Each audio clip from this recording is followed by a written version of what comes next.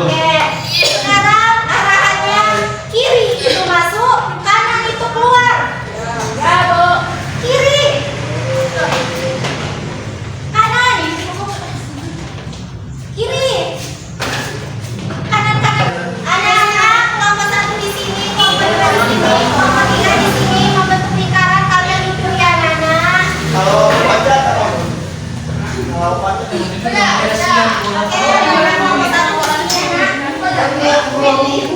Duduk, Nak. Kelompok 2 di sini ya, Nak. Kelompok 3 di sini. Anak-anak, jadi kalian tadi kan sudah menonton tayangan video tadi kan?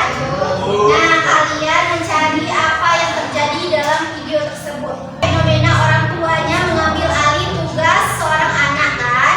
Nah, di situ ada LKPD yang Ibu berikan. Kalian kerjakan ya, anak?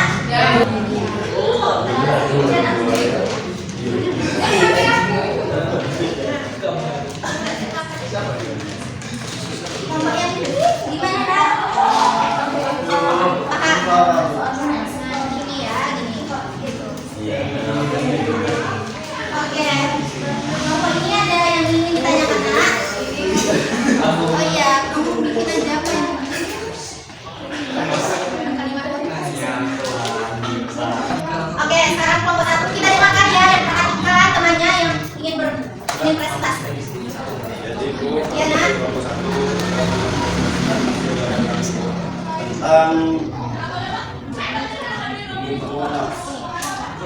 Tentang mengapa jika Allah kita bergantung pada orang tua dapat mengerjakan kita termasuk pada diri sendiri.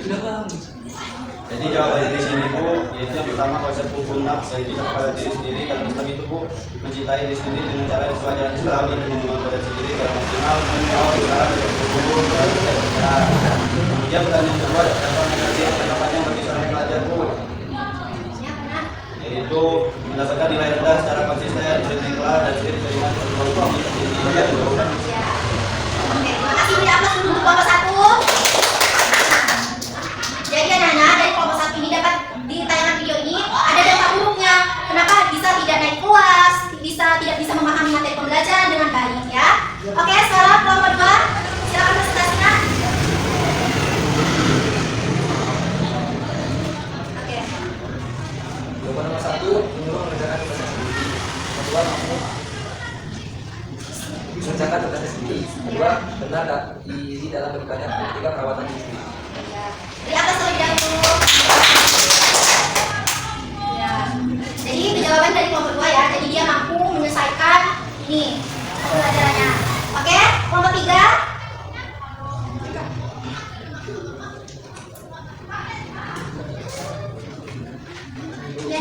Ya. Jadi, apa peran orang tua seharusnya dalam pembelajarannya? Harus Anak-anak, halo. Perhatikan temannya ya. seseorang belajar muslim setiap harinya.